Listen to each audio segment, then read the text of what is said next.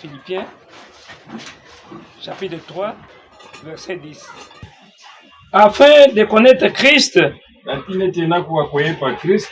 et les puissances de sa résurrection et la communion de ses souffrances en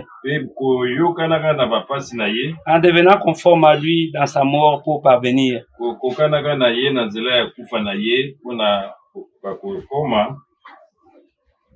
Si je puis à la résurrection d'entre les morts,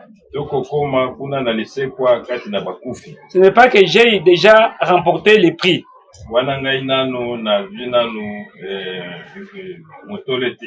Ou que j'ai déjà atteint la perfection.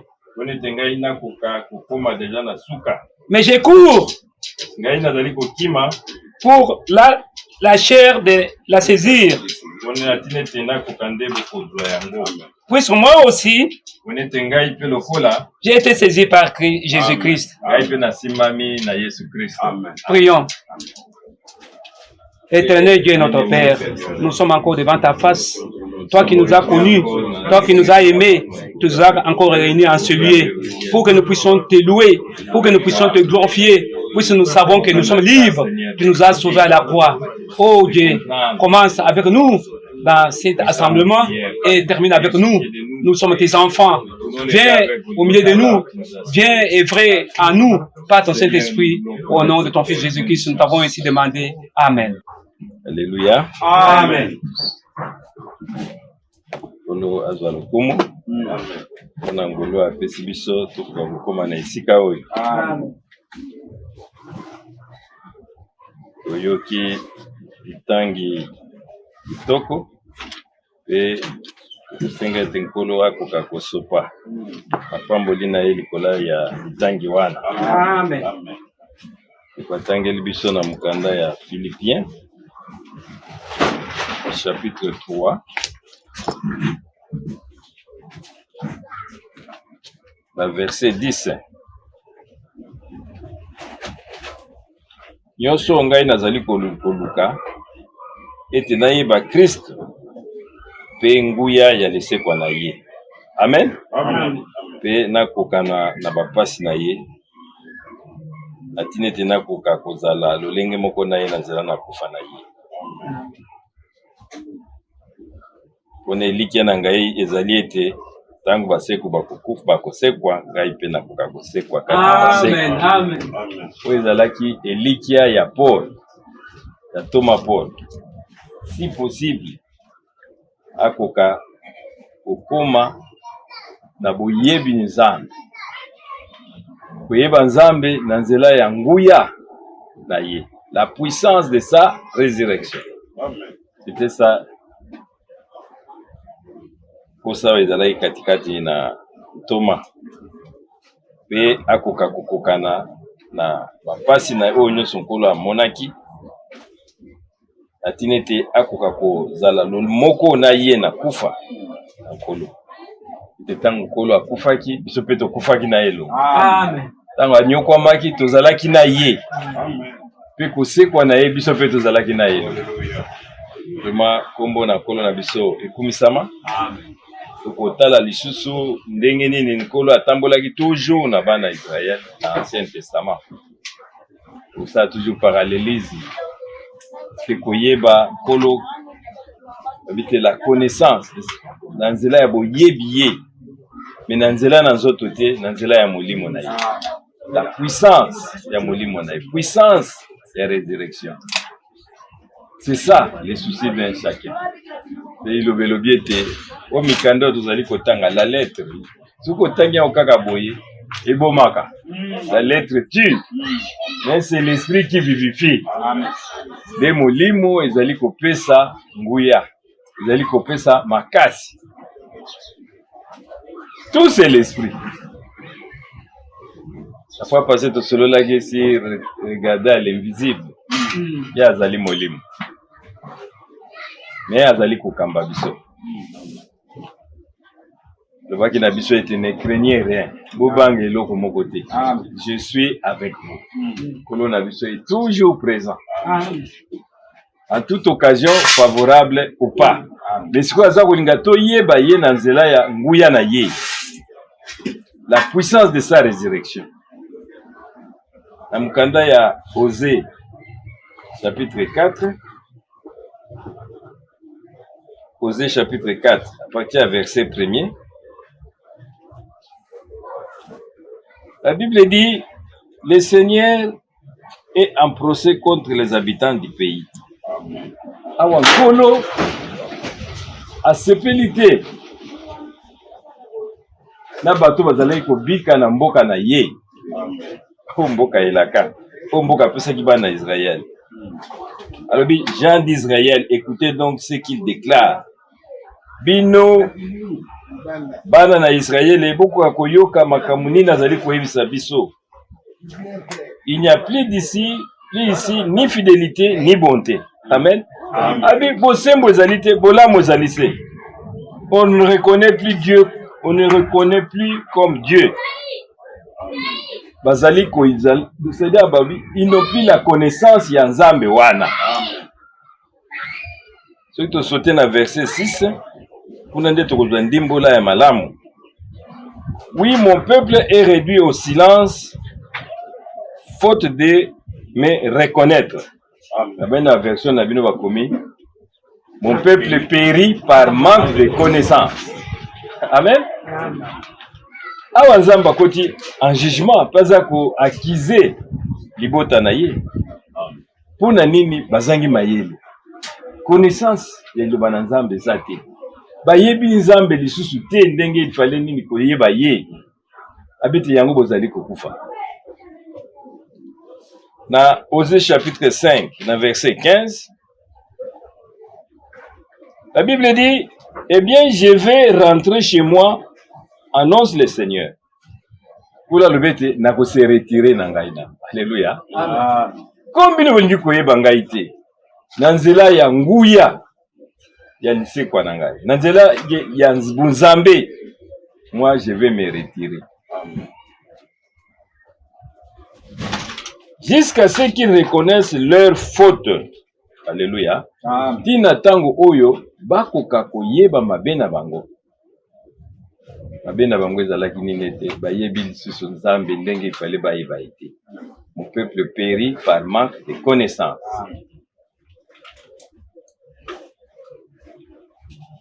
Et puis il continue. Son intervention est certaine comme la venue de l'aurore. Pe boye na ye ekozala lokola ndenge mbule yaka to pole yaka na tongo comme la venue de l'aurore. Il viendra jusqu'au nord comme la pluie d'hiver ou la pluie du printemps qui rafraîchit la terre. Alléluia. Pe agoye la biso agoya kati na biso lokola mbula. Une pluie. Depuis que tu as la pluie de la première et de l'arrière saison. Où ils allaient, les pamboli mounene, Zambé à promettre biso. Avec ce peuple manque de connaissances. Ba yebi ngai lisusu malamu te. Mon peuple périt par manque de connaissances. Et ceux qui bino bogoye bangai, moi je vais retourner en vous. Déjà on a un Ancien Testament.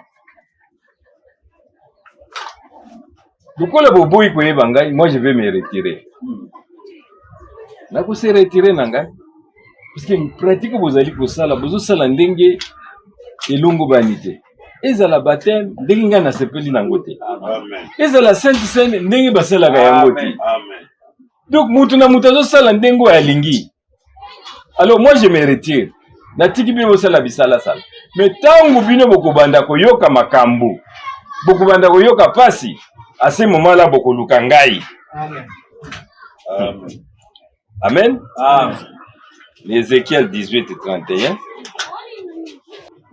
Renoncez aux mauvaises actions que vous commettez. Amen. Alors bete bolongwa na mabe oyo bino bozali kosala. Transformez vos cœurs et vos esprits. Tikete bobongola mitema na bino pe milimo na bino. Amen. Pourquoi voudriez-vous mourir, Israël? Pour nini bozolika kokufa? Vraiment, j'affirme moi le Seigneur Dieu. Awa ngai nkolo nazali ko tatola ya solo. Je ne veux pas la mort de personne. Souci ya nzambe zanalingi mutu moko akufate. Détournez-vous du mal et vous vivrez. Amen. Boko kakotiko ya mabe et puis boko bika. Tout tourne autour ya connaissance. Amen. Nzambe zana ndenge na ye ya kobika. Ndenge na ye ya kusala. Na mboka na nzambe ukukosala ndenge yo olingi te. Ulamuki na tongo na zibatu na keko bati bango na kombo ya tel. Na sali bango ndenge nga na lingi. Non. Ezali mboka na nzambe. Usali sense na yo usali ndenge yo olingi. Mais nzamba pese liloba. C'est pourquoi le but, ces gens doivent me connaître d'abord. Vous voyez, Nzambe Nanzela ya liloba. Il y a parole. Et tant que bino bokoye ba yete, bokotika ye, bokoluka ye, tant que détresse koye la bino. Pas c'est koye la bino. À ce moment-là, bokoluka Nzambe. Bokoluka Nzambe na bino. Na mukanda ya ipato alaika na Osée chapitre 6. Ce qui tangi wana parce que Thomas na Nzamba lobete li communion ce qui kozala na double application. Amen. Dans Osée chapitre 6 na verset 1er. Alors vous dites wana bino bozali koloba. Alors revenons au Seigneur. Tikete to zongela nkolo. celui qui a fait la blessure, mais il nous guérira. Ye azokisi biso, kasi ye moko kaka pe akobikisa biso. Amen. Ou bien tu bandina nous na verset là pas toi là tu na Osée 5 à partir il y a 15 puis tu quitter. La verset 5 pas toujours version malam. Eh bien je vais rentrer chez moi, annonce le Seigneur. Abete ngai na kozonga na ndaku na ngai wane lobi nkolo. Et qu'ils se tournent vers moi quand ils seront dans la détresse. Alléluia. Awa bino boboyi koyeba nzambe. Passe koyela bino. Et tant que passe koyela bino bino bokonuka ngai. Ils rechercheront ma présence. Bakoluka présence na ngai. Nzambe yebaki bato na ye. Eh bien tu bakokai ko vivre sans yete.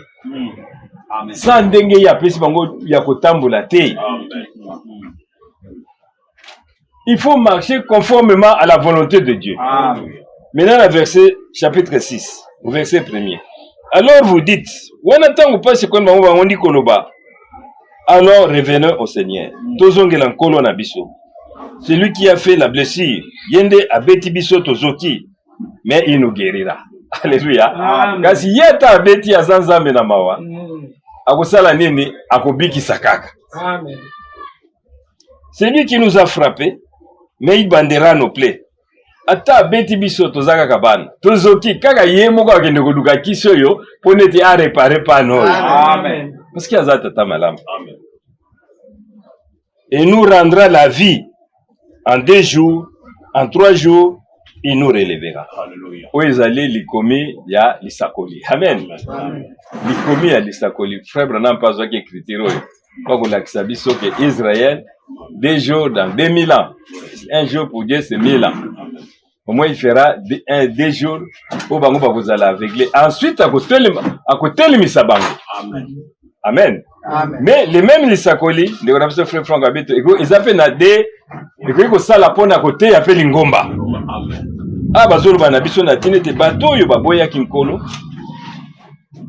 Tango ba kinkolo ba bina yebi bato na ngai bakoko vivre sans ngai te. Kuna ba kei passe goya. Et tango passe goya bango bakoluka ngai. Et réellement, pour nini parce que ils n'ont pas voulu avoir la connaissance ya koyeba nzambe. Koyeba nzambe kati na busolo na ye. Nzambe alingi nini? Na kati na mboka. Boko tambola ndenge nini? À l'époque, après ça, il bango, mibeko. Ndenge ni bakoyi kotambola. C'était ça la connaissance. Et maintenant, dans Ézéchiel, au moins déjà, après si bango, déjà il nous voit, il y a retour. Dans Ézéchiel, chapitre 18, verset 31. Abi, renoncez aux mauvaises actions que vous commettez. Alléluia. Pour l'ongwana nous na makambo ya mabe bozali kosala. Transformez vos cœurs et vos esprits. Voilà. Zambé problème na ezala kete. Mitema na bino. Limo na bino ekwa kozala renouveler. Amen. Ndenge biso tozali kotambola. Ezali se ndenge bato nyonso bazali kotambola te. Nous avons une marche avec le Seigneur. Amen. Même Nathan, Dieu nous a envoyé, nous a révélé la parole prophétique. Amen. Tout ça, ndenge tokotambola. Ndenge ya kozwa baptême ezali. Babizwa baptême, c'est vrai na komona tata mwana pe molimo sana. Mais tata eza kombo te na kombo. Tata eza kombo te, mwana eza kombo te, molimo sana toza kombo te. Mais maintenant il faut luka kombo. Amen. Amen. Amen. Eza titre lelo so bolobi tozo luka pera. Batata biso nzoko telema ngata okuna Jona telemi ngata okuna telemi ngata. To luka mwana. Biso nzoko tozali bana pe pona batata na biso. Eza ba titre. Mais moko na moko ba beza na kombo na ye. Amen. So ba bengi Benjamin ayebi eza ye. Amen. Jona ayebi eza ngaite. Amen. Baptisé na kombo. Amen. Dans le nom du Père, du Fils et du Saint-Esprit, c'est Jésus-Christ. Amen. C'est lui qui est le Dieu véritable et la vie éternelle. Amen. Alors, renouveler maïle na vie. Dès que tu sais la gelambo, ils ont des manatiers. Quand tu moko ameli 20, té. Biso nous se photo me la vie. Amen. Voilà Yesu Christ tango azaki kopo. Abete prenez-en tous. Amen. tokabola biso nyonso pa bukilipa bato nyonso baliaki alobi te borenouveler bozongela liloba bozongela volonté na nzambe parce que bozali kokufa par manque de connaissance wana na ancien testament déjà nzambe apesi voix moko alobi te vous devrez retourner au Seigneur la repentance alobi yango awa. Pourquoi voudrez-vous mourir, Israël? Vraiment, j'affirme, moi le Seigneur Dieu, je ne veux pas la mort de personne. Détournez-vous du mal et vous vivez. Amen. Vous devrez vous convertir et vous repentir. Déjà dans l'Ancien Testament, Zamba tchaki déjà une voix. Kimbatuna Yesu ki mbeba ye salami ayibi ki bakozongela. Alléluia. Puis ceux qui bazongeli ye ya le bete boya lisusu na batoli onga na pesa kibino. Pourquoi kotambola ndenge bolingi te? Et dans le Nouveau Testament, la Bible dit que Jésus avait jeté les regards parmi les nations. Aboaka ki pe mabota, mambomi sunaye na mabota. Biso tozalaki bato na Nzambe te. Bible lobaki te tokobenga mabana na Nzambe. Amen. Oyo tozalaki musika. Nzambe abengi biso. Et Nzambe wana a changé te. Ndenge na ye ya kotambola. Il faut bozala na connaissance. Même Bible est ceux qui te se glorifier, nous devons nous glorifier dans le Seigneur. Komi sake oyebi Nzambe. Eloko eleki mususu ezate. Mais pour le c'est besoin que me koyeba ye na ndenge nini par la puissance de sa résurrection. Connaître Dieu. Voilà, de l'autre, nous avons le côté ainsi connaître la connaissance divine. Nous allons yebi o yanza. Amen. Amen. Amen. Oui, bato nyoso ba hero nyoso ya kala. Même moni ba Daniel ek bazoko bazako ko luka bango à la fin. Boke ne ko luka mutu ta. Likambu boye. Non, ezana mutu moko. Bebi kenzamba sala kanai. Amen. O biso to yebi ko sosola te ya ko sosola yo. Amen. Ah mokonzi bina loti ndoto boye. Bino boye bisanga ndoto anezali nini. Ah mokonzi we dépasser biso. Mais to yebi mutu moko. Lui il a la connaissance du vrai Dieu. Amen. Amen. Amen. Tous les enfants de Dieu, tous allés na connaissance. Bible le Seigneur le dit vous me connaîtrez depuis les petits jusqu'au plus grand. Amen. Biso to koyeba ndenge moko. Parce qu'ils seront tous enseignés de Dieu. Amen. Enseignement moko tozali kozwa. Bible c'est l'enseignement divin. Amen. Zamba apesi biso mosakoli, apesi biso liloba. Et liloba wana nous conduit. Amen. Amen. La connaissance de la vérité. Amen. Koyebo ezali solo.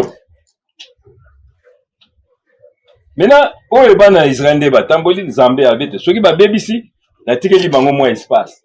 Bakozonga. Pona nazala posa na mona teke bozali kokufa. Amen.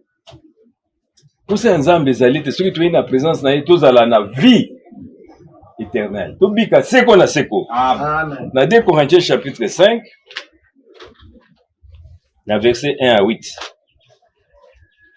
2 Corinthiens chapitre 5.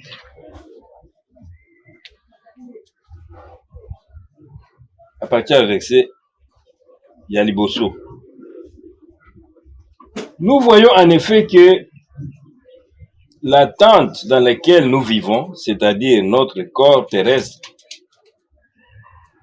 est détruite, Dieu nous réserve une habitation dans les cieux, une demeure non faite par les hommes, qui durera tout pour toujours. Ah, maintenant, bazakoloba, source d'abord, hein? Il n'y a pas sinabiso. D'abord, ils ont nzoto. Permettre nzoto yo, il faut à la fin, toko kagotika ya. Et Dieu a pourvu quelque chose de bien. Encore pas une souffrance, ma cambozate, ma détresse. Quand on va chaque fois que vous avez une détresse, vous lukanga. Il faut que vous ayez détresse pour vous tuer. Tout le monde a été des bandeli. Tant que vous avez sali mabe, mabele na kela na la poussière. Et puis ce fait, vous avez la poussière. Ils ont la maladie, le problème, toujours nzoto. Et pour ça même, il y a Paul à la Golobate. Qui va me délivrer de ce corps? Nana longolanga na nzoto oyo. Lelo so mutu nyonso babina ye tozo kende Yesu Kristo ye na bandi na ebite soki ya botikala nani. Ezala nde mbango. Tutwa kota. Pour ça na biso ezali ete corps oyo eza susu na elikia te. Amen. Et il continue.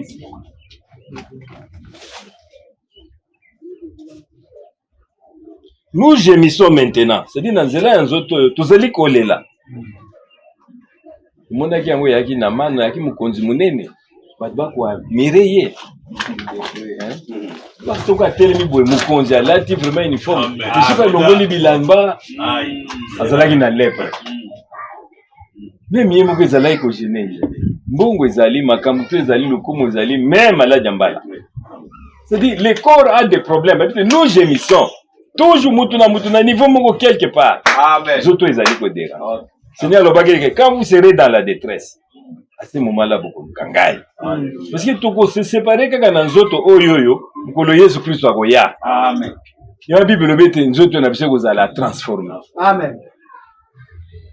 Toko zala changer. Amen. Toko la nzoto mususu kwito kei. Mais en attendant, ce corps c'est un problème. Amen. Et continue dans ma camouébélé.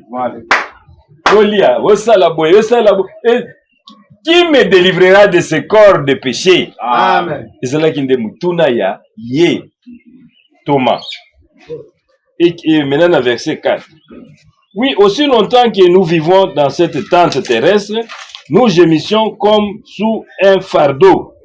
Chaque fois que tu vas dans notre oyo, il n'y a pas de problème. Vani na ukime au moins voisin ya boki maipana. Ah. Tout est nerveux. Mais c'est quoi ça? Toujours c'est quoi? Okovanda boye okapa eluko boye elio. Pa makambo boye elio. Oh boy. Okuna mwana, okuna misala, futa ba travailler. Sala boy. Toujours des proverbes. Mutazaka ko gémir. Mais nous souhaitons bien être revêtus du corps céleste. Alléluia.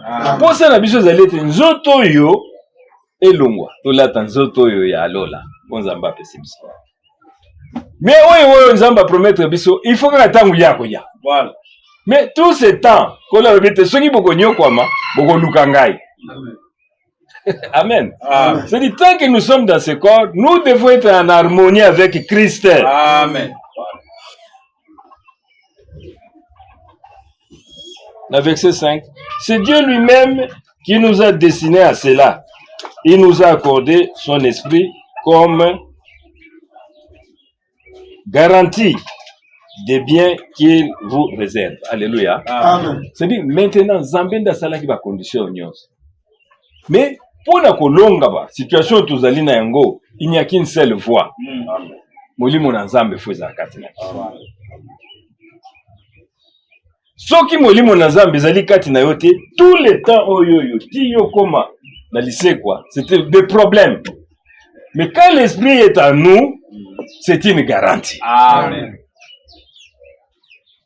Yango moni Paul avait totangi na Philippiens chapitre 3 wana ndeko atangela biso na verset 10. Abeti nalingi koyeba nkolo maintenant na nzela ya nzoto te. Mais na puissance maintenant ya résurrection. Na puissance ya molimo na ye. Puisque na nguya ya molimo. La puissance du Saint-Esprit ndeko la bimaki na kunda. Nde alonga ki onyoso kukai kolonga wana. Tant bazali ko finga ye bazali ko sala sisi l'esprit était en.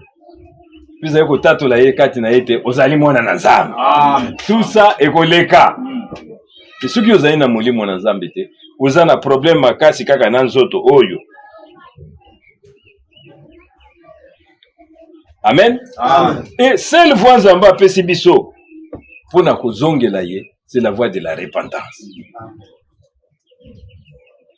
Biso totika qui est par manque de connaissances. Tosaleli banzambe ya ndenge na ndenge.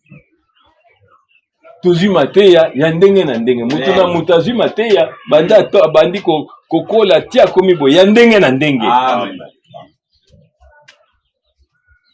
Okoti ba maison ya ndenge na ndenge. Amen. Mais maintenant il faut te retourner dans Nzambe vers le vrai Dieu. tous ces alaki pour na satisfaire nous autres. Juste on kende même kepa manganga pona nini ba problème. Kuna ba ko menacer bo abinga pena kende côté kuna. Nzo ko longwe na mai na mbula okokota no kopeka na mai. Problème sur problème. Mais oh ya Nzambe Bible bete aucun élie ne se perdra. Amen. Il faut azonga pas une Nzambe. Mais où par la connaissance. Et koyeba liloba na Nzambe ezali ko utaka na nzela ya Matei. Amen. Pas l'évangile. Amen. Amen. Sans la foi, il est impossible de lui être agréable. Impossible. Nzamba ko sepela na wewe. Puis yoko ko sepela na Nzambe. Mais la foi vient comment? La foi vient de ce qu'on entend. Amen. Et ce qu'on entend vient comment? Vient de la parole de Dieu. Amen. Ezali ko zoruta na iloba na Nzambe. Mais la Bible le bien ngo, comment y aura-t-il des prédicateurs s'ils ne sont pas envoyés? Amen. Problème na biso ça maintenant okuta na moto yoyo Nzambe a pied na place. Amen. Lilo se hotel na mboka na biso moto nyo so déclarer na yebo. Même na ki président, soyez le pas bingana za président. Na ndenge na ye. Mais il n'y a qu'un seul qui engage le pays. Amen. Ce qu'on okuta ni na ye aux solutions. Amen. On okuta na ba misusu solution nous amate. Parce que ils se déclarent mais ils ne sont pas reconnus. Eza ndenge moko meme na misalo tosalaka. Ebi ke so naza na problème boye même misala na nzoto faut na tukutana na mutu boye po nazwa solution.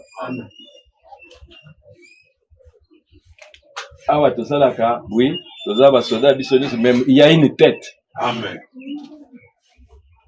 Soki na moni ya lobi bon ça va okoyi kosala boye. Ah à ce moment là nazwi accord na bien que kosala. Tout tourne autour de la personne que Dieu envoie. Et l'obété, même dans l'Iloba. Et mon Nzamba l'obété, l'Éternel ne fait rien savoir révéler son secret à ses serviteurs, les prophètes. Il faut le kamena prophète wana. Parce qu'il y a plusieurs prophètes. Amen. Amen. Mutu toko bimo ezanga mutu na Nzamba. Okuna mutu na Nzamba. Neti lelo to komi na eti na kati ya Nzamba. Chacun fait ce que bon lui semble. Voilà. Mais Nzamba salo grâce okuta na motoyo azali vraiment autorisé. Pourquoi moi ni même na aéroport na biso makambo ezaki belebele bato baza. Okukutani na okutuko keyi okukuta ba vanterie yo yebite mututu akoya obimselo ah ngai nde na sala kaboy. Mais ça yete. Okopesa mbongo na alimwe akotika kana na kebo ya kimia ki. Mazalaki ndeni awana azalaki bo. Qui n'a pas atteint la personne appropriée. Amen. Mais pourquoi que na banque te? On a des bafuta ya ko passe. Te ya lobaki boy, yo ya lobaki mais ce n'est pas lui. Amen. Amen. Celui qui reçoit celui que j'aurais envoyé, mais reçoit. Amen. C'est ça la loi de Dieu. Amen. Yako yamba nani oya atindi pona mutu wana Nzamba atindi azana connaissance. Oya kopesa yo. Oya kolakisa yo. Même na tango na suka ba ebisaki Daniel bomba livre oyo. Mais tango na suka ekofungwama. Le livre de la rédemption. Et la connaissance augmentera. Ba oyanga ba koyeba ngai sukoleka. Kwa ba kufate. Parce que mon peuple périt par manque de connaissance.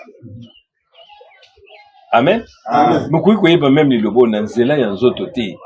Il faut mulimo na Nzambe et agir kati na ye. Amen.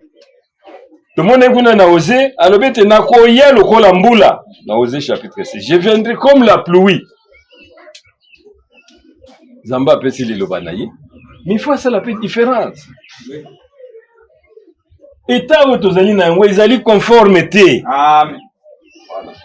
Dieu doit faire la différence. Azalaki na lingomba na ye na ebandeli, mais désordre koti. Mutu na mutaye na pensée na ye. Confusion et koti. Puis liloba na Nzambe ezali étouffé. Nzamba s'est retiré. Malobete ba oh yangai. Ceux qui ont se retiré, ils ne peuvent pas vivre sans moi. Amen. À la fin, bakuzongela mai. Et les seules voies atindaki c'est la voie de la repentance. Amen. Atindi Yesu Christ. Yesu Christ aye on a d'abord à racheter biso. Bible bite koyeba Yesu Christ na nzela ya kufa na ye. Akufa ki pona nini? pour nete nzoto oyo ezala libéré. Amen. Amen. Amen. Il a payé maintenant un prix. D'abord, Kotale là, kuna na Golgotha. Upande kwa tangela na Philippiens chapitre 3 wa. Kuyeba d'abord na nzela ya musala sélection na Golgotha. Retourner vers le vrai Dieu. Mais le vrai Dieu, c'est d'abord Golgotha. Kuyeba te pas nini yo zwi sali. Na yo moko kokokati. Obite ya yaki. Mais oya yaki wana azalaki nzambe. Amonaki mutu akoyi kotinda te. Bato yo bazali kaka boye bazali koyere. Aya memi makumu kumba na yo. Bible dit il s'est fait pécher. Comment qu'il est soumu pona yo comme une justice de Dieu. Tama biko comme justice, c'est-à-dire mutu akoyi ko condamner yo lisusu te. Amen. Qui a une rédemption parfaite. Amen. Un salut parfait. Amen. Amen. Amen. Babete to komi une justice ya Nzambe. C'est-à-dire tant Nzambe azotala biso boye, in azakomona atali sumu moko te. Amen. Amen. Yo yeba d'abord Nzambe wa. Yango David a dit moi na bi connais le Dieu de tes pères. Amen. Amen. Parce que c'est un Dieu qui sonde le cœur et l'âme. Yeba Nzambe wana la connaissance est très capitale. Et ko distinguer na makambo belé soko yebi liloba oyo. Yango ndi babaki te liloba oyo na suka ekufungwama. Mayele komata. D'abord, wapi aujourd'hui délivrance na kolo habite rentrer d'abord. C'est ce qui kuna Ézéchiel. Vous devez vous repentir. Vous se convertir. Repentance ces animaux, regretter. Et que na perdre temps na ngai belé. Na banzambo ya lukuta wana. Amen. Amen. La conversion maintenant a changé de direction. J'ai dit maintenant je pars vers le vrai Dieu. Na kwa kozana na nzela wana. Nazala conforme na ye. Soko zaki baptême na wana kombo atata mwana molimo sana. Ozongeli nano obite. Le vrai baptême c'est au nom du Seigneur Jésus-Christ. Amen.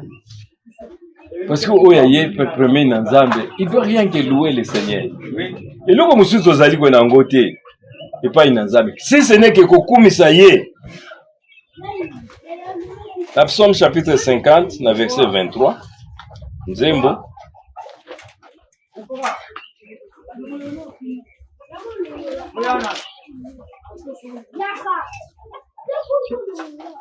Bible dit, celui qui m'honore, celui qui m'offre sa reconnaissance. Amen. Amen. Oyo azali kotombola Nzambe. Aza mutu azali koyebe malamu ino Nzambe asali mpona ye. Kotindela yo Yesu Kristo comme likabo. Akufa na esika na yo, azwa place na yo. Babite, il faut d'abord koyeba connaissance wana. Et puis nini yo zilobiko. Kolba merci pour Jésus-Christ. Merci musalo asalela inga na Golgotha. Ni te c'est le sang qui a été répandu. Tunda tozala toujours ba obazana kati ya détresse. Ata sikoyo tozomona yango tozana nkobunda menkolo alobete na kosilisa yango. Avant bokutana na nzoto mususu na kotia molimo na nga na nzoto wana.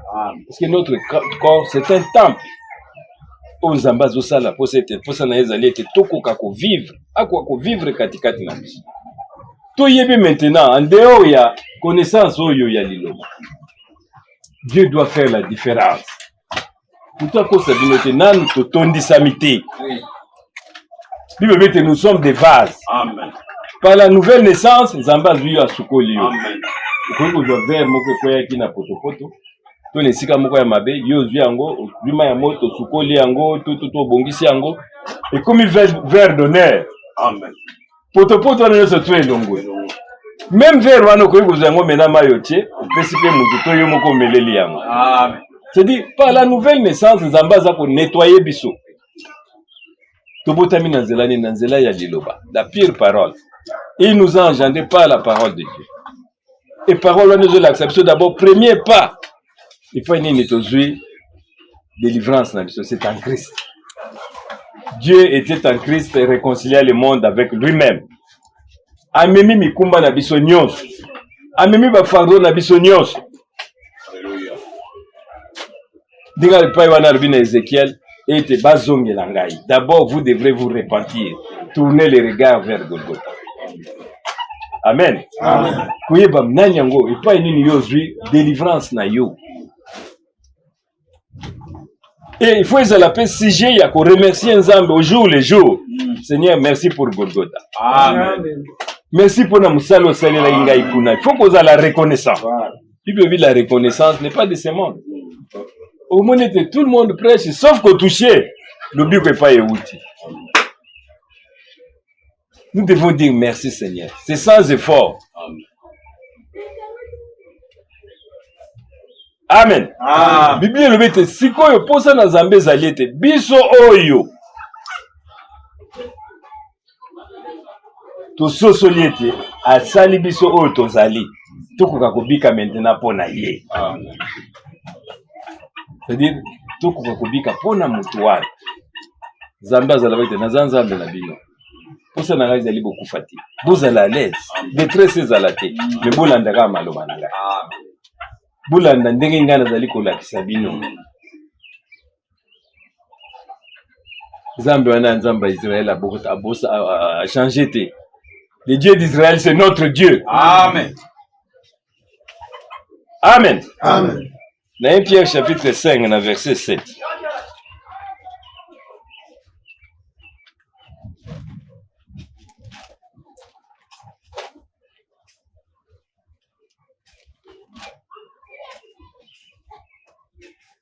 La Bible dit, déchargez-vous sur lui de tous vos soucis, car lui-même prend soin de vous.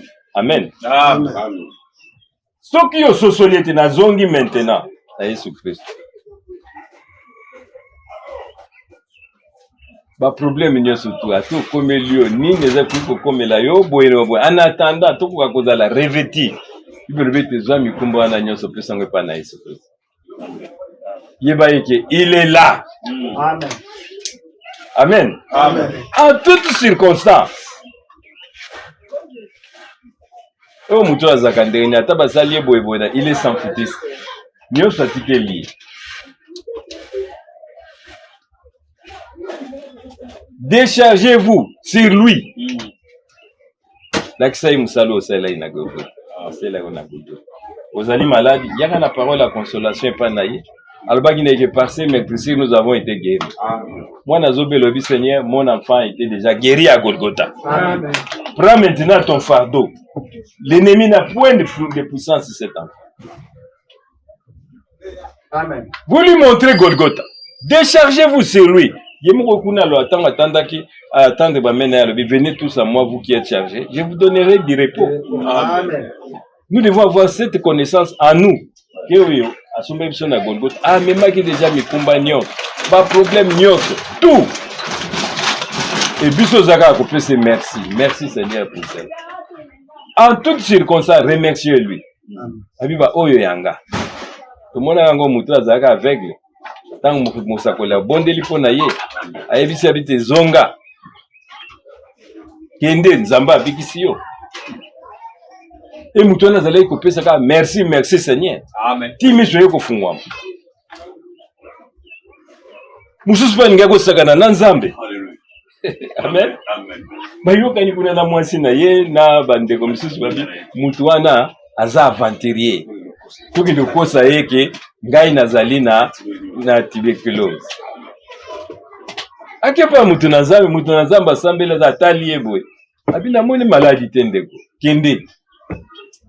Abimili bano ali mutalukuta zomona ngana zana tuberculose zomona yango te abindeko yaka abonde zo Nzambe kwanza akikutala na maboko azomona Amen. atali bolo bindeko na zomona eloko te moni za aventurier boyna boy ngana zana tuberculose bon mulimo sikoyo ekiti amen Amen. ebi yo ozaki na ndaku na mwasi na yo boyokana bosali complot bobengi bandeko miso mibale so misato oyo po bokoka kosakana na Nzambe Vraiment. maintenant Nzambe alobi boye zwa tuberculose wana kende Voilà. Amen. amen Amen. yimte pardon esalisaka ye boye non allez kende sur place Amen. On ne se moque pas de Dieu. Notre Dieu sonde le cœur et les reins. Amen. Rien n'est caché à sa présence. La présence est l'esprit. Et ça, c'est la profondeur. C'est pourquoi le but est beaucoup de puissance. Il y a molimo nanga. Boyebi niloba, mais ne très boye ba puissance na nzambe. Avant koro ye koka ko changer. Et puis l'obésité terrible, hein. Dès que samedi après biso critique la Bible, mais na ezalaki na psaume 90. Atanga biso psaume 90 à partir du verset 1er. Tala David yenda toi comment ba psaume oyo. Ezali ba psaume ezaba loyembo. Mais nakoyemba na ye ta ye na tango ya zalaki akekozwa loyembo ya Moïse. Mais yeba ki yango ndenge nini? Na psaume 90. Yoka walobi prière de Moïse, l'envoyé de Dieu. Psaume 90 momezali prière ya Moïse. Ndenga zalaki ko sambe. Mais David kotoyo aweko botama na ye mikolo eleka. Metanga bandi koyemba banzemu na ye azako koma prière ya mutu wana. Ezalaki nani ezaki molimo. Amen. Amen. Amen. Parce que dans zela molimo ko lekso ba profondeur makambu nyonso ebele. Soko tenga lobike Seigneur de génération en génération, c'est toi qui as été notre sécurité. Amen. Wana Moïse tanga zako bonde. Mais David azalaki te. Mais na banzemu na ye ayepe ko sosolete oyo nazali ko komela bino yango nde alaki libondeli ya Moïse. Amen. Avant que soient nées les montagnes, avant même que le monde ait vu le jour, depuis toujours c'est toi qui es Dieu et tu resteras toujours. Amen. Natangwana de. Mais molimo yeko fungula ye yango. Pe biso siko tozali kotanga, tozoyeba libondeli ya Moïse natangwana ezalaki ndenge nini. Amen. Ye azali nzambe. Amen. Mutu moko yeko sosolo te. Azwi profondeur molimo abite mena fubo yebanga na puissance ya molimo. Amen. Abite tu fais revenir les humains à la poussière, tu leur dis retournez d'où vous êtes venus. Pour toi 1000 ans sont aussi brefs que la journée d'hier déjà passée, ou quelques heures de la nuit. 1000 ans pour naye albite za loko la journée. Wana tangu Moïse azako bonde lankolo. Tu me fais à la vie humaine. Elle passe comme le soleil du matin. Abete bomo ya sikazali ya bato ezana tina mokote. Comme l'herbe qui pousse, le matin elle fleurit, elle grandit, le soir elle se fane et elle sèche. Il comme on peut boiver yango Paul parle au baki yango. Mais la parole du Seigneur demeure éternellement. Pourquoi l'accepte l'ilo bananzambe ndeko umela seko na seko. Lokumu makambo nyoso tout c'est rien. Abi oui ta colère nous balaie. Ton indignation nous terrifie. Tu mets nos fautes au grand jour. Ta lumière éclaire tous nos secrets. Sous l'effet de ta colère, notre vie décline. Le temps d'un soupir, elle arrive à sa fin. Elle peut durer 70 ans. Habite ceux qui collent à ces pellités. Même il va bon il n'habite na sewe. Habite ceux qui montent makasi 70 ans déjà, c'est beaucoup. Amen. Amen. Ou 80 ans pour les plus vigoureux. Oui, makasi, mais si on atteint de 80. Et kokina yango. Mais il y a ça qu'on demeurer pour toujours. Amen. Amen. Amen. Ayeko lakisa libonde li ya Moïse. Même biso toyeba kango te. Tozalaka te, mais lelo tokoyeko lakisa bato te. Yoka ndenge Moïse abondelaka. Pona nini tozali na lignée wana. Amen. Amen. Vous le reconnaîtrez maintenant par la puissance de sa connaissance, amen, de son esprit. Tout peut se kaka merci. Kozala na doute te. Dans Jean chapitre 14, yenda pesa ki la kawana, na verset 1 à 3. Alors je vais vous préparer une place. Alléluia. Na kei ko lukela bino esika. Au moins était Paul, but na ezalaki te c'est possible à atteindre la résurrection d'entre les morts. Lycée quoi. Mais biso yo bato nyonso bakokufa te. Bible dit parmi nous il y aura des vivants zamba ko zabiso vivants comme ça. Amen. La Bible dit nous serons changés. Amen. Ba mort en Christ bakobima. Mais biso il y a des gens pour akozwa vivants. Habite na kei. Ne soyez pas inquiets, si inquiets. Awa ye mon kola zali koloba. Bo s'inquiéter te. mitema na bino epanza te doute ezala te. Alléluia. Amen. Elo ndeko apesi biso lite ya mosusu ya kitoko alobi ete bitumba ekoki koya epai Jacob akendaki kuna eobunda na Nzambe babundi ti Nzambe atunye na suka amen. Yo likambo nini ta mo ezokobima tika ngai nakenda tika te babeti ye na likolo akomi mwa tengu mais faut pambola nga Nzambe apambola mais yebaki ete kuna liboso ndeko na azali kozela ye. Amen. Ezawu aza kozela ntango azoyenda likolo na tengu boezoka koloba na kosimbela moto wapi. Mais lui savait que na likolo na nga tengu j'ai un Dieu vivant. Amen. Oh nakutani ne oya bundelinga. Il peut changer de circonstances. Akasimi mutema Ezawu ntango amoni ya bandi kolela. Oh yazalaki kokoranisa kutu te. Amen. Ah ouais, parce que quand Dieu donne une promesse, il faut qu'on s'y aille. Ne vous inquiétez de rien. Amen. Le temps de la fin. Vous allez le yo maintenant, vous allez yo Nzambe na yo. Et ça sous taille à côté la mutute. Amen. Tout le monde qui a voté tant mungongo bimaki kuna na montagne. Fou le lobby, foule, mutuna mutayaka na makamuna. Ah, un ange lui a parlé. Foule mususi wa tebele, oh un tonnerre. Mais yo kangamaka no Yesu Christ a lobby. Amen. Yesu a lobby tete. Ezali ni foule, ezali ni ange, ezali ni tonnerre, mais yebete jugement ici est quoi. Quoi ba position na vis-à-vis na Christ. Seigneur yo zali koya, quelle est maintenant ma position? Amen. Prépare-moi, fais-moi grâce. Et préparation et ça la seulement na koyoka liloba na Nzambe. La pire parole. Poto zali koyoka sikoli. Que ceux qui ont des oreilles écoutent ce que l'Esprit dit à l'assemblée. Amen. La foi vient de ce qu'on entend. Mais okoyoka n'importe qui te. Si ba lobi lelo bato ba zo batanzambe ba bima. Okomona wa même place à kotia bango ezate.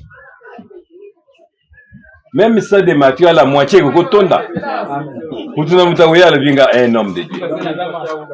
Mais qui est-ce que Dieu a envoyé? Amen. C'est ça le problème. Kukuta na véritable mutunanzam. Onzambati. Et là, on a ebisaki mosakula bete, je t'envoie avec un message. Na dino na message moko o eko préparer boye inangai. Yamibali. Alléluia. Mais la parole est là. La Bible est là, révélée. Pourquoi la Bible est là? Tout le monde qui a été non! La clé, ce ne sont que des dons. Amen. Le jour de Pentecôte, la Bible est là, bango nyoso tout. Bazalaki saisi. D'où tes alagité? Les 120 bazalaki kuna na montagne. Kuna na chambre haute. Amen. Mutu moko takolo bo ngana zui okuna zui te. Non, bango nyos bazalaki, bango nyos ba sentir que moko na moko azui. Amen. D'où tes alagité? Et eloko penza mani comme mabiso avant retour na ye, d'où tes alaté? Ne vous inquiétez de rien. Mais pour la parole est comme une vie. Il faut molimo et vivifier. C'est une semence. Ayez confiance à Dieu et aussi confiance à moi. Amen. Il y a beaucoup de places dans la maison de mon Père. Sinon, vous aurais-je dit, je vais vous préparer le lieu où vous serez. Et c'est histoire. Il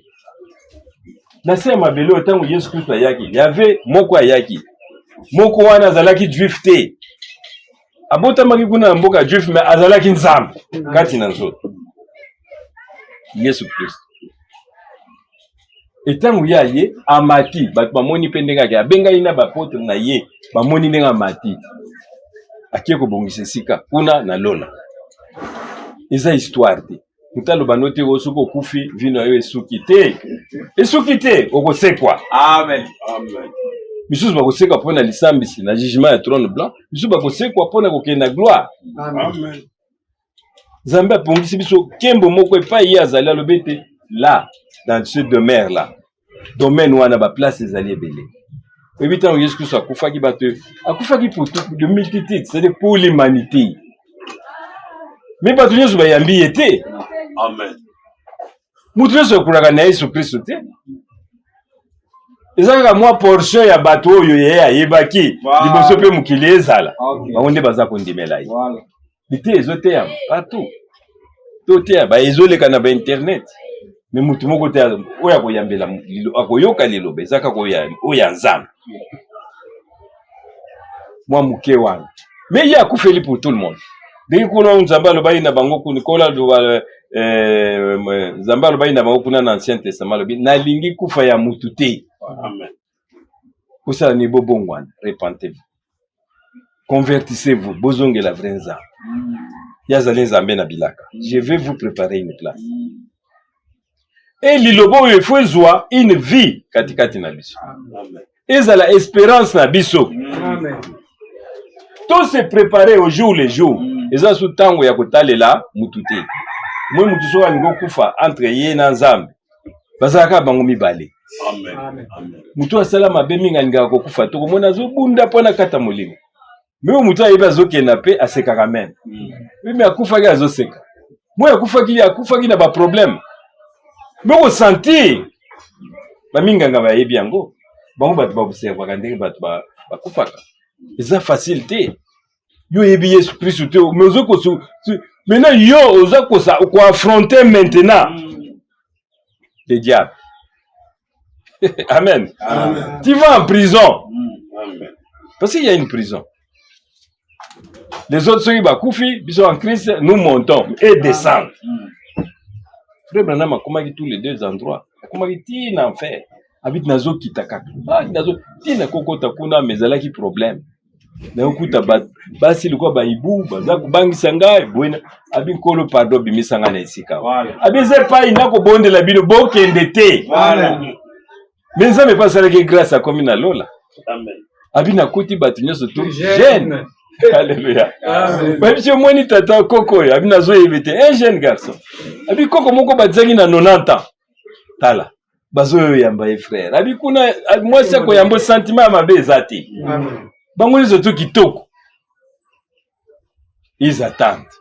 Amen. Amen. Amen. Amen. Bon ça est tozozela.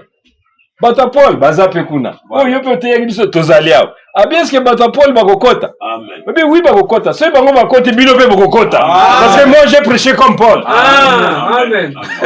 Amen. Amen. J'ai prêché la parole, même parole que Paul avait prêchée. Merci Seigneur. Les fondements, c'est Christ. Je vais vous préparer une place et je viendrai vous prendre. Mais bon, s'inquiéter, doute. Amen. Amen. Parce que Nzambe, soka lingo sa likambo, il faut d'abord ayebisa yo. Amen. Soko jui mukana ya Hébreu, na Hebelo, Hébreu chapitre 6 et chapitre 11. Kuna nde bazo se lo kolobela biso na tina ya ba héros nyonso oyo balekaki na Bible. Amen. Surtout banina na verset Hébreu chapitre 11 na verset 6. La Bible dit oh personne ne peut plaire à Dieu sans la foi. Alléluia. Amen. La Bible dit sans la foi, il est impossible de lui être agréable. Impossible. Ukoloba te oh ngai famille nanga pa nanga sambelaka bakobika. Non, bakobika ka soki bayoki liloba. Amen. La foi, bazui kondima. Sans la foi, impossible.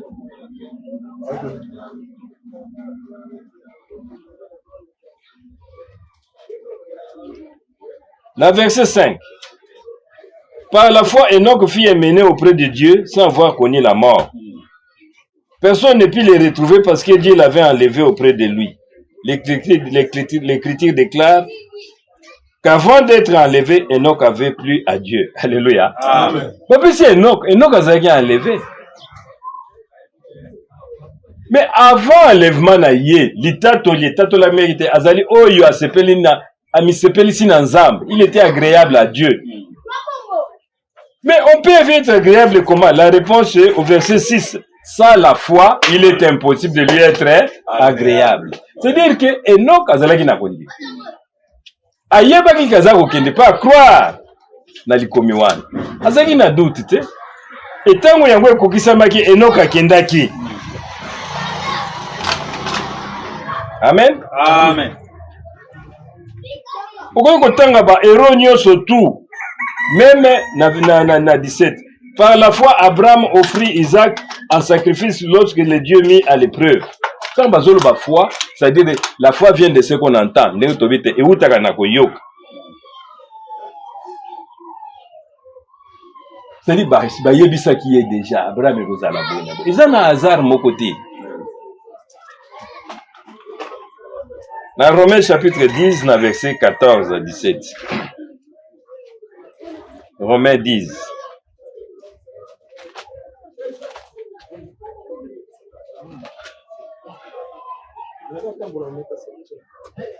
Romains 10 au verset 14. Mais comment feront-ils appel à lui sans avoir cru en lui? Voilà. Bango bakoyeba nzemba ndenge nini bakoluka nzambe ndenge nini soki bango bandimi te. Et comment croiront-ils en lui sans en avoir entendu parler? Soki bayebi so te tina na Yesu Christ, tina ba promesse na ye. Yo koyeba ndenge nini? Amen. Punete oyo biso zali koloba yo pe fo yebisa baninga. Amen. Ko bomba te. C'est comme ça ndeko ndime zali kokende. Amen. Et il continue. Et comment entendront-ils parler si personne ne l'annonce? So muto ateite bakoyeba ndenge nini? Et comment l'annonceront-ils s'il n'y a pas de gens envoyés pour cela? C'est-à-dire, pour na yope, okende koteya. Il faut batinda yo. Amen. Il faut la muto c'est l'expérience na nzambe. Amen. Oya yebi makamni nzamba za kosala sasa hivi. Webi muto nzamba limbisi. Yepa limbisa ka baninga. Amen. Mais muto nzamba limbisi te, yebi réconciliation na nzambe te. A to sali ndenge nini? Mutu wana zaka très méchant. Ailimbisaka te. Mais yo soko yebite kuna na Golgotha, ngazaki mokangami.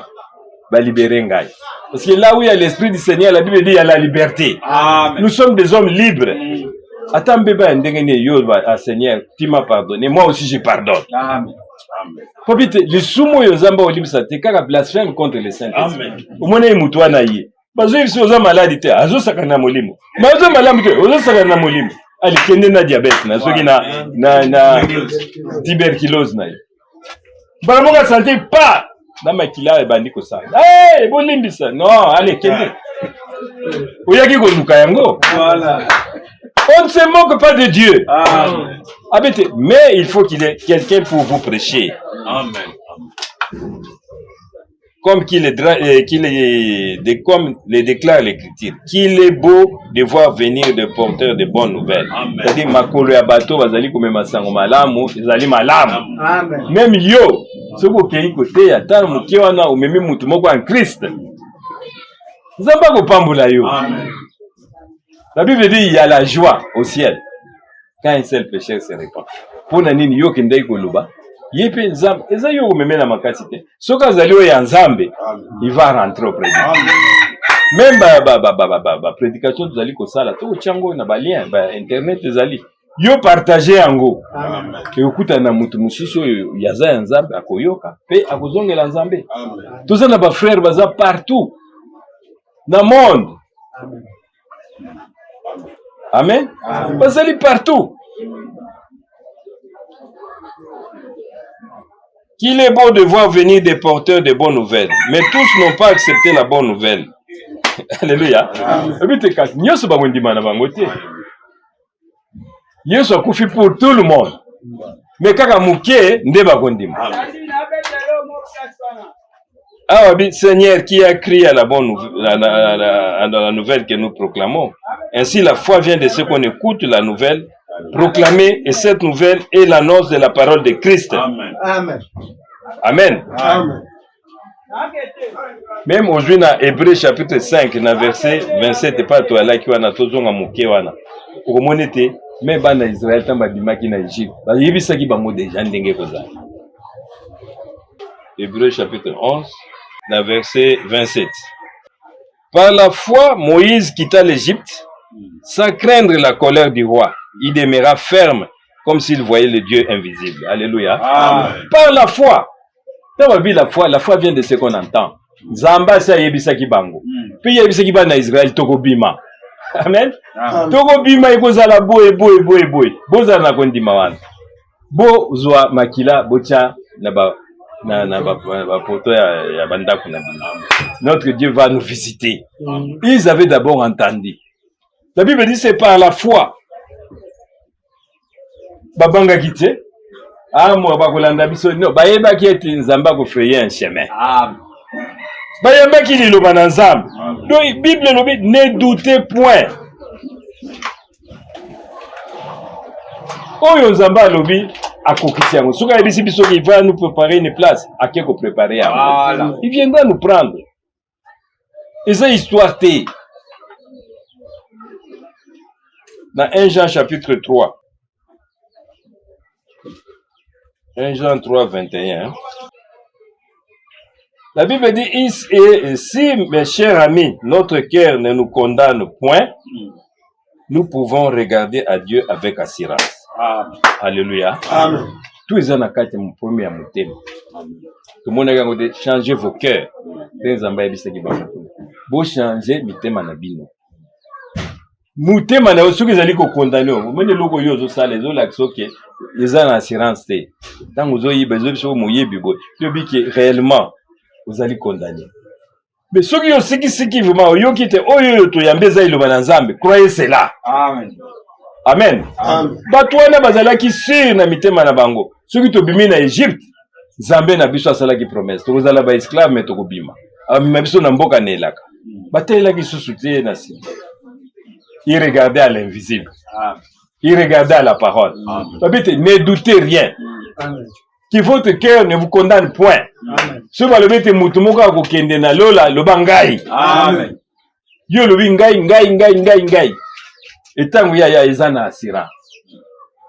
Oh non ngana moni bikoza la kaka frère François. Boyo mokonde. Uzo te yibongo yo. Amen. Sois sûr. Amen. Ndenge toyaka soki mutu moko olobi ezangai. Amen.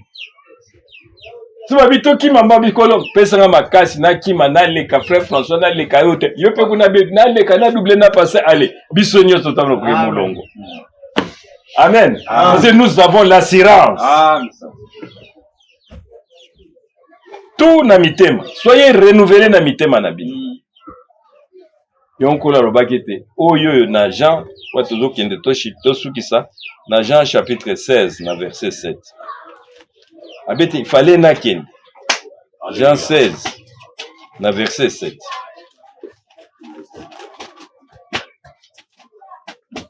Alors cependant je vous dis la vérité. Il est préférable pour que je parte. Enfin, si je ne pars pas, celui qui doit vous venir en aide ne viendra pas à vous. Mais si je pars, je vous l'enverrai. Et quand il viendra, il prouvera aux gens de ce monde leur erreur au sujet du péché, de la justice et du jugement de Dieu. Amen. Ce que Tanyango va parler sur le baptême du Saint-Esprit. Il faut nga inakinde. Et kolo asiaki ko bomtela biso sika. Abi mais molimo, il faut vendre kati na biso. Alléluia. Amen. Yinde gozala ilonga. Zamba pesi biso kondima. Kondima o ezo memi biso ko laksa biso ete nini tozali kozela. Akoya kozwa biso, mais nzoto eza ko tourmenter biso. Yabite chaque fois bozali tourmenter. Bokozongela ngai ngamoko na kobongisa. Alléluia. Amen. Mais akozongisa biso na nzela nini, il faut que molimo na ezo esika. C'est vrai, Bible lobete, les paroles que je vous ai dites sont esprit et vie. Lilobo déjà, ça déjà vie mobimba. Eza molimo. Mais maintenant ils font kolo ayako tabernacle katikati ya ntoto. Okumona kezali j'étais na yambi quelque chose. Le jour de Pentecôte ba yebaki. Pierre monaki, Nathalie Kotope, moi moto zali kobima kona boye na boye. Bato mkinde balobi baza ivre vitesse baza ivrete ça c'est la promesse. Amen. Amen. Amen. Oyo Nzambe alakaki na mukanda na joie. Inkolo bete na ko visiter bino comme mbula comme une pluie. Nda lobi kuna na mukanda na Osée. Lutango na Osée 5. Na ko yalo kola une pluie. C'est-à-dire ce que nous attendons maintenant, avant le retour de Christ, ceux qui ont kufi kufa na foi, Amen. na elikia, Amen. que Nzamba kotondisa biso na molimo na ye. Et mateya nyonso ezali kopesa mela biso mikolo eza ko préparer biso pona tozwa ya molimo wana. Amen. Parce qu'il faut pas préparer yo. Tant ba yebisa iba na Israël, abi ngana za ko kende. Mimba kutuna nga kombo na yo. Na ko yebisa bango nini? Abete je suis membre. Amen. Amen. Abi yo tininga, matindaki avec un message. Tozobima tango ekoki. Boumbu na biso esili. Nzamba za na biso. Et ces gens ont crié à ça. Amen. Batala ki susu pharaon te, babanga ki lisusu te. Ta babete pona nini d'abord tocha. Jugement ekokweya. To sala nini bobo mama na mpate bo salo bo ko sala. Amen. Sima Zambia ko pesa ilo. Amen. Ils étaient déjà informés. C'est pourquoi la Bible dit que mon peuple périt par manque de connaissances. C'est ça, la vie est soukiwana. Non! Le bon délia, il y a Moïse, Azanika Apam. Azalo la fleur. Tant que pouvoir, et on oublie. Mais il y a des akobika seko na seko. Amen. Romains chapitre 1er, verset 16. La Bible dit, c'est sans crainte que j'annonce la bonne nouvelle. Ah, Paul a le bête. Nabanga kate pona kote ya sangomala. Elle est en effet la force dont Dieu se sert pour sauver tous ceux qui croient. Amen. Les juifs d'abord, mais aussi les non-juifs. Amen. Amen. Je n'ai point honte de l'évangile. Tobikisami seulement dans d'abord l'évangile. L'évangile c'est une bonne nouvelle. Bazoyi biso makamuni nezali koya, makamuni tozali kobika, makamuni tozali pa ini tozali kokende. Et tant makamuni bandi ko salama, yo kozala na doute te. Que j'étais déjà informé. Mais bika lokola nzambe wana sengi yo bika. Amen. Alléluia. Amen. Bosana d'abord o nyonso zaki na ba bien étranger. Dans le bâtiment, on a combo na kolo na biso Yesu Kristo. Bosana tout. C'est le quoi mariage. Tango s'engager, au bosani nyonso. Tout moni moi ça s'engager si mabuna o mibal ba hollandais o boina. Wana zali moi ça ndenge.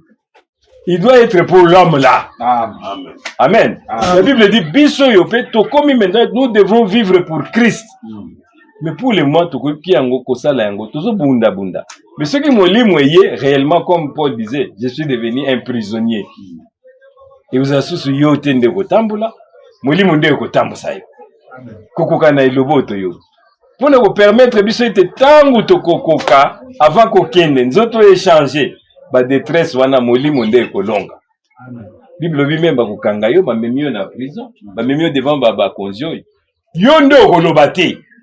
Mais molimo ezakati na yo yenda koloba. Amen. Yenda ko défendre. Si l'esprit de celui qui a ressuscité Christ d'entre les morts habite en vous, molimo ne vandikati na yo, yo eba ke lise kwa na pesa. Yango ezali une garantie. Mais Nzamba pesi biso déjà la première fois. Pona yo zo yango, il faut zala na kondima. Amen. Oko zala na kondima ezali d'abord koyoka liloba. Amen. Na nzela ya muto Nzamba tindi. Amen. Il n'y a pas autre voie. Enoch était trouvé agréable devant Dieu. Bakuta qui c'est-à-dire na kondima. Voilà. Azali na kondimete na zako kile. Bana Israël ba na kondimete tozobima muta ko simba bisote. Mais nzoto zanzoto. Samba komi mer rouge ko ba ndisu kolela. Eh kozala ndenge nini eh. Mais Moïse Nzambe, abosa ni Nzamba lobaki na ye. Et si Moïse pourquoi crier parle. Amen. Amen.